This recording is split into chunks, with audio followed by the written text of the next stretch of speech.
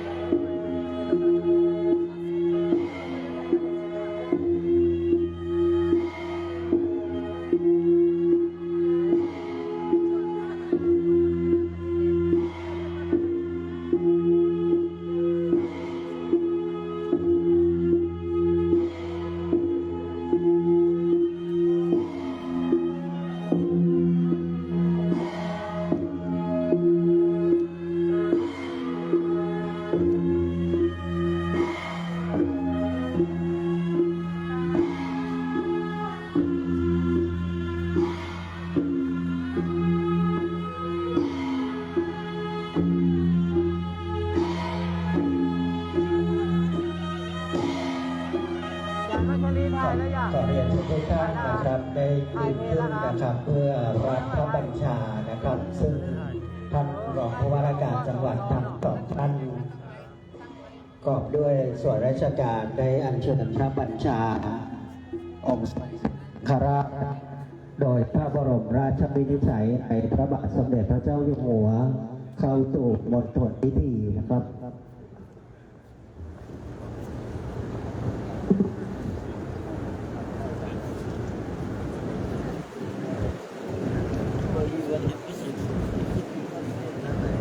และลำดับนี้ขอเรียนเชิญนายนิรันดร์พงศ์สิทธิถาวรผู้ว่าราชการจังหวัดเชียงใหม่ประธานในพิธีไปอ่านพระบัญชาครับ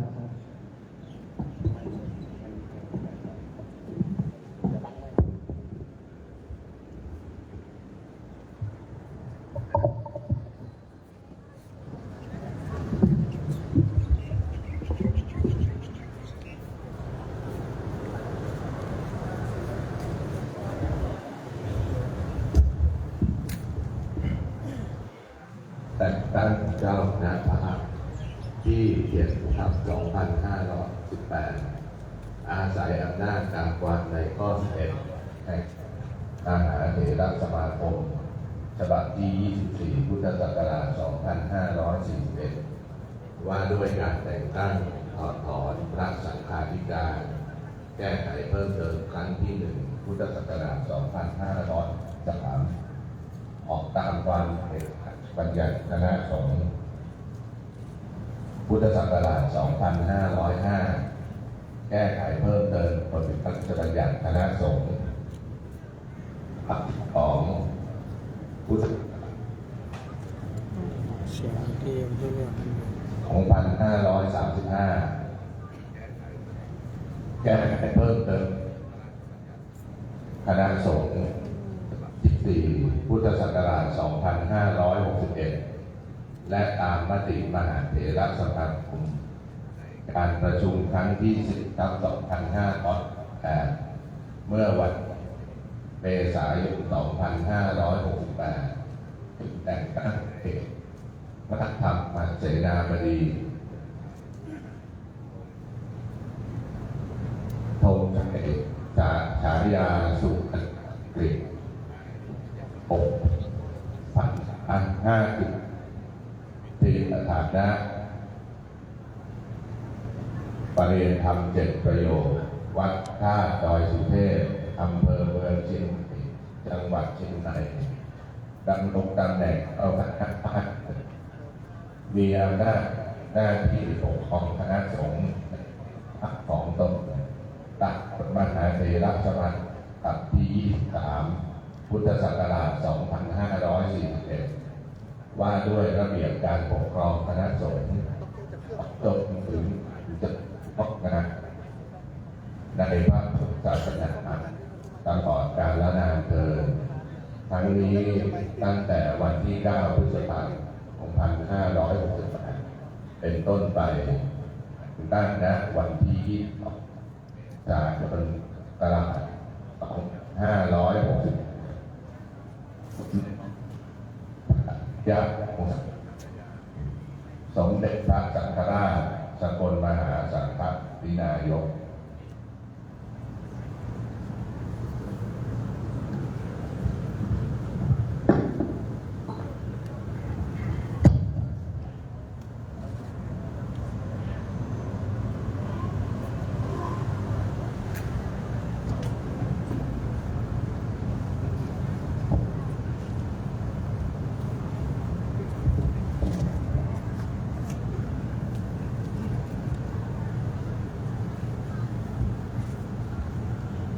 แต่งตั้งเจ้าคณะภาคที่ 21/2568 อาศัยอำนาจตามความในข้อ 11 แห่งกฎมหาเถรสมาคม ฉบับที่ 24 พุทธศักราช 2541 ว่าด้วยการแต่งตั้งถอดถอนพระสังฆาธิการ แก้ไขเพิ่มเติมครั้งที่ 1 พุทธศักราช 2563 ออกตามความในพระราชบัญญัติคณะสงฆ์พุทธศักราช 2505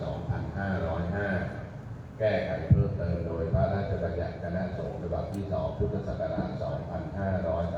2535 แก้ไขเพิ่มเติมโดยพระราชบัญญัติคณะสงฆ์ฉบับที่ 4 พุทธศักราช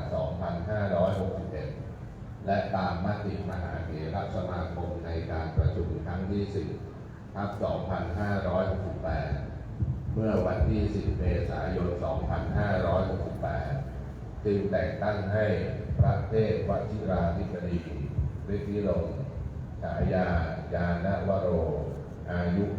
64 พรรษา 44 วิทยาฐานะ นักธรรมเอกวัดป่าดาราพิรมอำเภอแม่ริมจังหวัดเชียงใหม่ เจ้าคณะจังหวัดเชียงใหม่ ลำพูน แม่ฮ่องสอนธรรมยุทธดำรงตำแหน่งเจ้าคณะภาค 6 7 ธรรมยุทธมีอำนาจหน้าที่ปกครองคณะสงฆ์ในเขตภาคของตน ตามกฎมหาเถรสมาคม ฉบับที่ 23 พุทธศักราช 2541 ว่าด้วยระเบียบการปกครองคณะสงฆ์ขอจงถึงความเจริญงอกงามไพบูลย์ในพระพุทธศาสนาตลอดกาลนานเทอญทั้งนี้ตั้งแต่วันที่ 9 พฤษภาคม 2568 เป็นต้นไปแต่งตั้งณวันที่ 22 เมษายน พุทธศักราช 2568 สมเด็จพระอริยวงศาคตยานสมเด็จพระสังฆราชสกลมหาสังฆปรินายกชยันโตติยามโมเวสังยานังอันติวัตโนเอวังตวันวิจโยโหหิจยาสุจยมังคะเล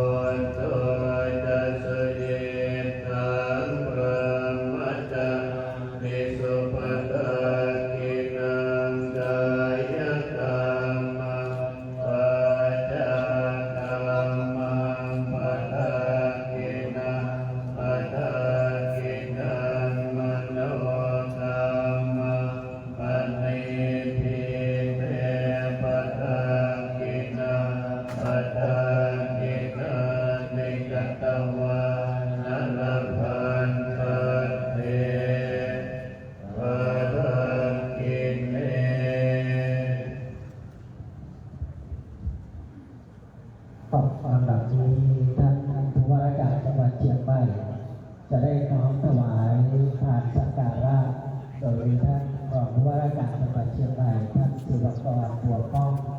ได้เชิญผ่านสักการะมอบให้กับท่านผู้ว่าราชการจังหวัดเชิญทุกท่านนั่งลงนะครับซึ่งทางผู้ว่าราชการจังหวัดจะได้น้อมถวาย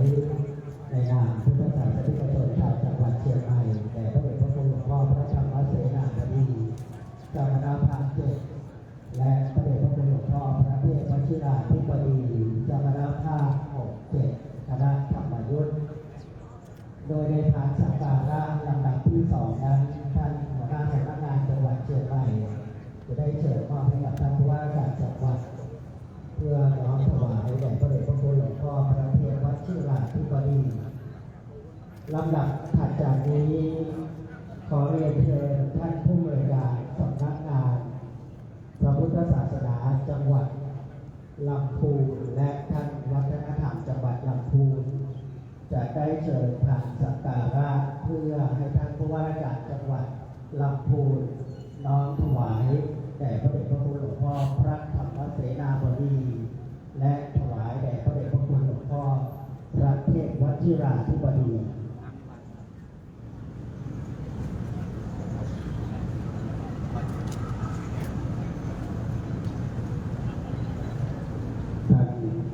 วัฒนธรรมจังหวัด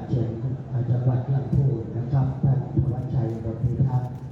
ท่านผู้อำนวยการสำนักงานพระพุทธศาสนาจังหวัดลำพูนท่านผู้อำนวยการหนองแก้วได้น้อมเชิญทานเพื่อมอบให้ท่านผู้ว่าราชการจังหวัดถวายแด่พระมหาเถระเจ้าคณะภาคทั้งสองรูป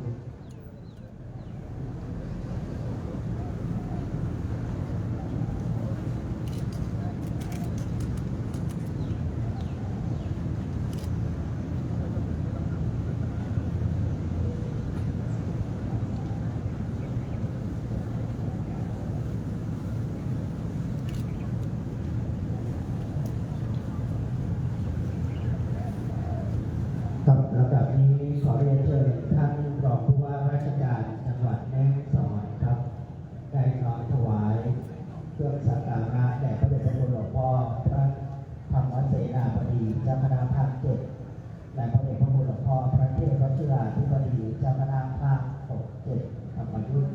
ในนามผู้ว่าราชการจังหวัดแม่ฮ่องสอนครับ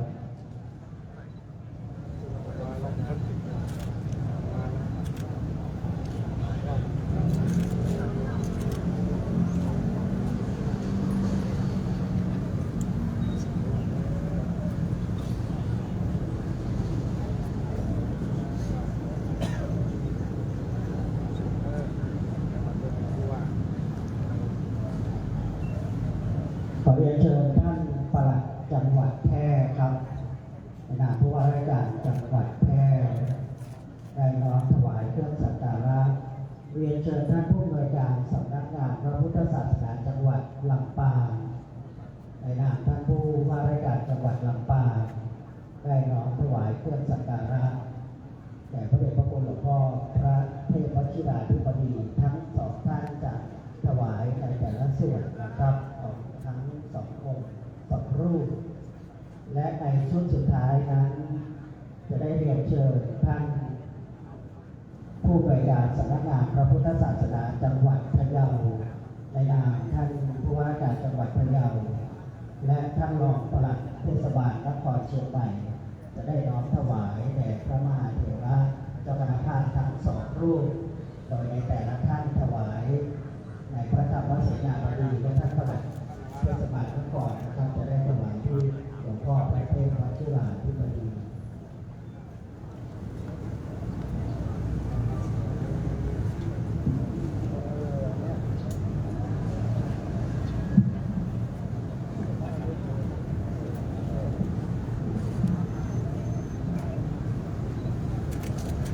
ลำดับนี้ขอเชิญท่านผู้อำนวยการสำนักงานพระพุทธศาสนาจังหวัดพะเยา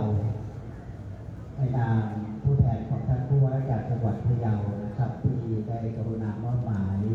ให้ท่านผอ.กนกรัตน์ทองจิตผู้อำนวยการสำนักงานพระพุทธศาสนาจังหวัดพะเยาและเรียนเชิญท่านรองปลัดเทศบาลนครเชียงใหม่ครับ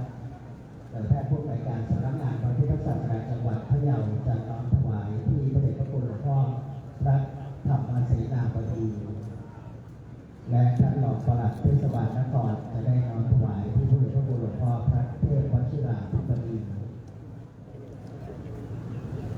ในโอกาสมหามงคลแห่งคณะสงฆ์และพุทธศาสนิกชนชาวจังหวัดเชียงใหม่โดยดำริของท่านผู้ว่าราชการจังหวัดเชียงใหม่นั้นท่านได้ขอรับเมตตาคณะสงฆ์ว่าในส่วนคณะสงฆ์ได้จัดประกอบพิธีถวายการต้อนรับพระบัญชาสมเด็จพระสังฆราชที่วัดพระศรีวรมหาวิหารและวัดเจดีย์วรวิหารในเดือนที่ผ่านมาแล้ว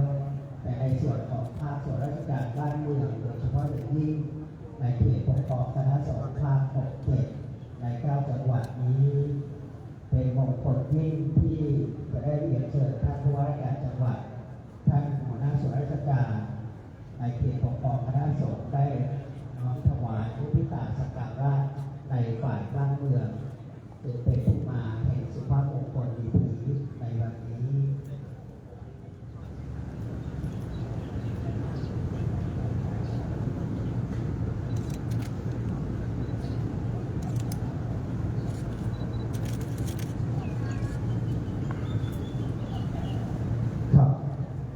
และโดยสภาวัฒนธรรมจังหวัดเชียงใหม่ครับท่านประธานสภาวัฒนธรรมจังหวัดเชียงใหม่เจ้าวันเพ็ญนาคเชียงใหม่ประธานสภาวัฒนธรรมจังหวัดนะครับจะได้น้อมถวายแด่เจ้าคณะภาคทั้งสองท่านครับ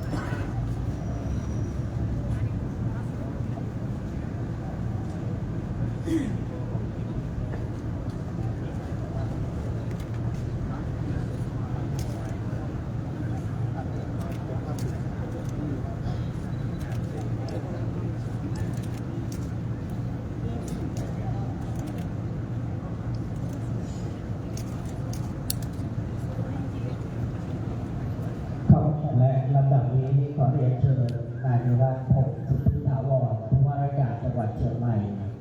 ได้น้อมถวายผ้าไตรจตุปัจจัยแด่พระสงฆ์ทรงสำนักศักดิ์ทั้ง10 รูปต่อด้วยประธานสงฆ์พระเดชพระคุณหลวงพ่อพระราชวชิรสิทธิเจ้าวาดวัดเจดีย์หลวงวรวิหารผู้รักษาการแทนในตำแหน่งเจ้าคณะจังหวัดเชียงใหม่ลำพูนแม่ฮ่องสอนธรรมยุทธพระเดชพระคุณพระภาวนาธรรมาภิรัตน์วิปัสสนาเจ้าคณะอำเภอเมืองเชียงใหม่พระเดชพระคุณพระประชานาถมุนีวิปัสสนาเจ้าคณะอำเภอกัลยาณิวัฒนาพระวิสุทธิวัชราภรณ์รองเจ้าคณะอำเภอแม่ริมพระครูจิตตพัทราภรณ์รองเจ้าคณะจังหวัดเชียงใหม่ลำพูนแม่ฮ่องสอนธรรมยุทธพระครูโอภาสปัญญากงรองเจ้าคณะอำเภอเสมิงวัดดับไผ่พระมหาดวงรัตน์ธิดารัตโนปริยธรรม9 ประโยคเจ้าคณะอำเภอองค์ก่อยพระครูมหาเจดียาภิบาลเจ้าคณะอำเภอเมืองคณะธรรมยุทธพระครูวิรศักดิ์ธรรมรงค์เลขานุการรองเจ้าคณะจังหวัดเชียงใหม่และพระครูสิริธรรมเมธีเจ้าคณะอำเภอสัตว์กำแพงคณะธรรมยุทธนะครับ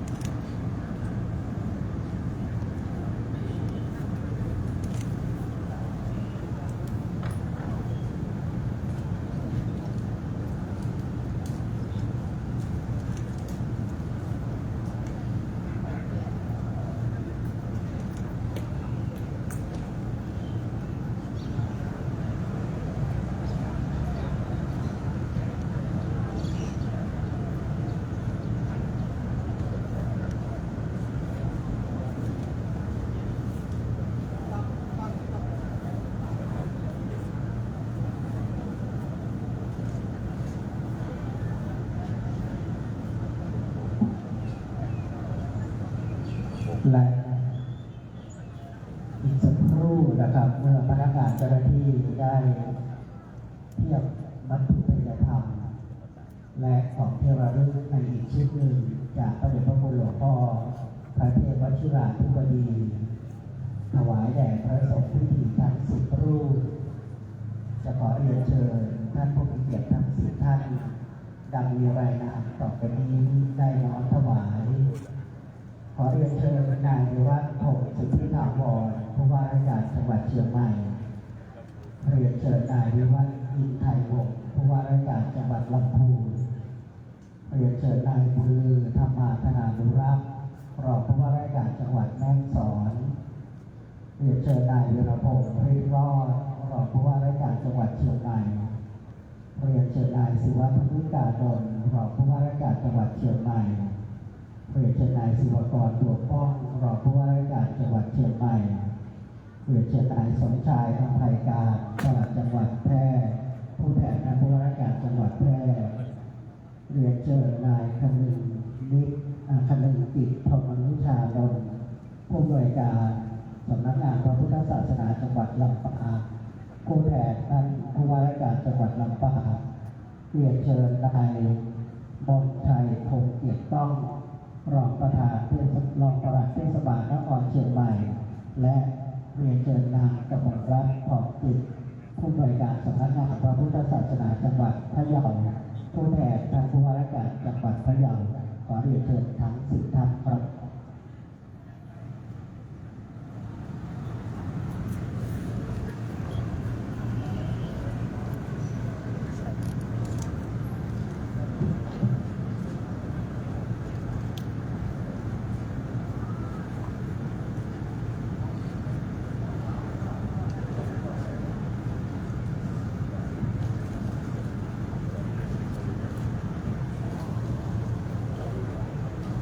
ท่านได้น้อมถวายแด่พระมหาเถระทั้ง10 รูปนะครับนำโดยท่านผู้ว่าราชการจังหวัดเชียงใหม่ท่านผู้ว่าราชการจังหวัดลำพูนลำดับนี้กล่าวขอรับเมตตาพระเดชพระคุณหลวงพ่อพระธรรมเสนาบดีได้โปรดประทานสัมโมทนียกถาแด่ศรัทธาสาธุชนผู้ร่วมพิธีครับ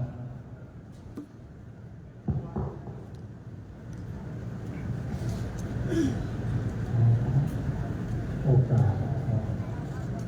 ที่คุณขึ้นและคณะท่านปฏิบัติข้าวบอกตามท่านเป็นพระราชวัตถุที่ทางสงฆ์ท่านเคยสุขท่านผู้ว่าราชการจังหวัดเชียงใหม่ท่านรัชวิทย์ภูมิตาวรแล้วก็ท่านว่าลำพูนตลอดถึงนักราชการทุกจังหวัดที่มาร่วมในพิธีเสด็จตา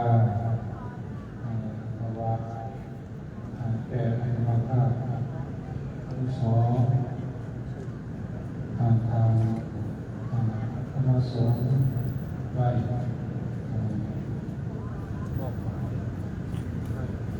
ทำงานที่เป็นเจ้าพนักงานทั้งสองท่านอธิการและท่านนายกโดยที่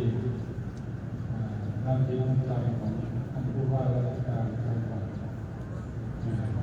ทางเชียงใหม่และในหลายจังหวัดนะครับได้มีกุศลและที่เป็นศรัทธาที่เป็นถวายผู้มีความศรัทธาชื่นชมอนุโมทนาก็ขอน้อมรับน้อมใจจากท่านผู้ว่าและคณะราชการสภาประชาชนทั้งหลายเนื่องด้วยวันนี้ก็เป็นวันสำคัญของพระพรเชียงใหม่เราเป็นวันมงคลที่จะทำพิธีทำบุญทำกุศลสืบชะตาถวายทานก็เป็นกุศลแก่พันธะคนพันธะบุญ ผู้ที่มีความสำคัญเกี่ยวข้องกับนครเชียงใหม่ในโอกาสนี้ท่านก็เลยท่านผู้ว่าราชการจังหวัดเชียงใหม่ก็เลยยินดีที่จะให้มีการถวายการสักการะแด่สมมาภาพทั้งสองเพื่อให้เกิดความเป็นสิริมงคลเพื่อให้กำลังใจแก่พระสงฆ์ไม่ใช่แต่เพียงธรรมะรูปแต่ว่าพระสงฆ์ทั้งหมดทั้งมวลที่ได้มาทำหน้าที่ในการศึกษาเล่าเรียนแล้วก็ทำหน้าที่อบรมสั่งสอนศรัทธาประชาชนเพื่อให้เข้าถึงพระรัตนตรัยได้เกิดเป็นบุญเป็นกุศลแล้วก็ได้รับสิ่งที่จะได้ประพฤติปฏิบัติให้ถูกต้องตามพระธรรมคำสอน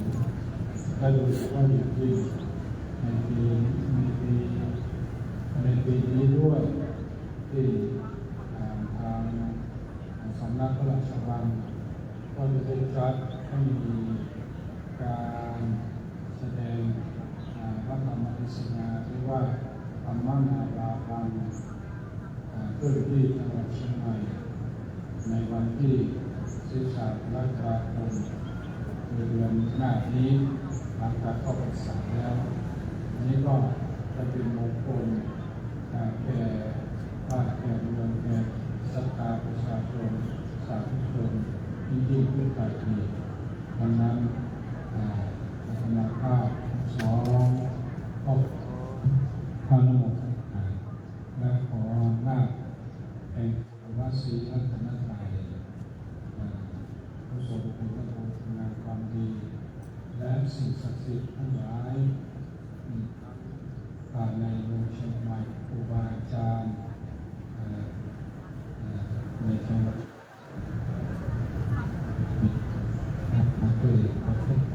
ไปของเรา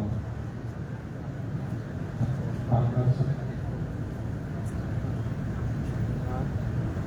พรและคณะตลอดจนถึงศรัทธาประชาชนทั้งหลายขอให้ท่านทุกโศกโรคภัยพยันตรายมีความเจริญก้าวหน้าในหน้าที่ราชการการงานทุกสิ่งทุกประการขอให้ท่านทั้งหลายเจริญด้วยจิตวิปปชัยมีอายุวันนะสุขภาพตลอดไปโดยทั่วกันตั้งทุกคนด้วยเถิดสาธุบัดนี้พระสงฆ์สมณศักดิ์จะได้โปรดอนุโมทนาพิธีขอเชิญท่านกับพิธีนะครับกับปริญาณทานนะครับ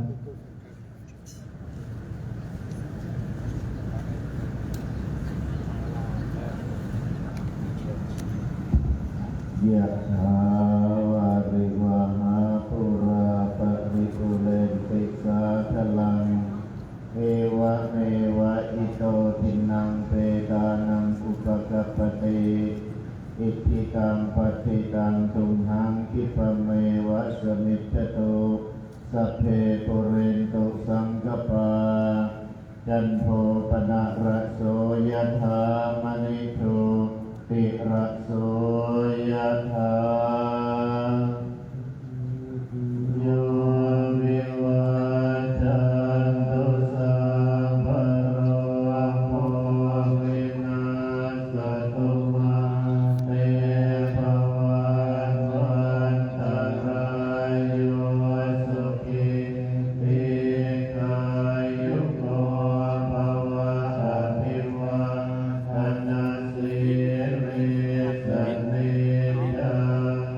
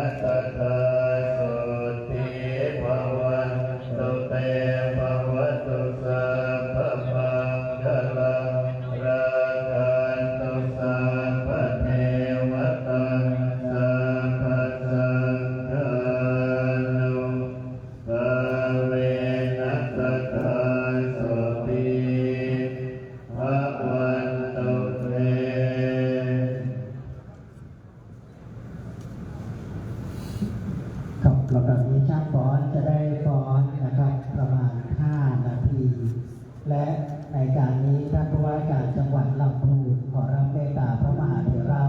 ทั้งสองรูปที่จะได้ถวายพระทุตยธรรมในนามพุทธศาสนิกชนชาวจังหวัดลำพูนหลังจากนั้นพระเดชพระคุณหลวงพ่อพระธรรมเสนาบดีจะได้กล่าวพระรัตนตรัยกล่าวพระรูปและท่านผู้ว่าราชการจังหวัดเชียงใหม่จะได้กล่าวพระมหาเถระทั้งสองรูปและกล่าวคณะสงฆ์ในลำดับพิธีแรกนี้นะครับ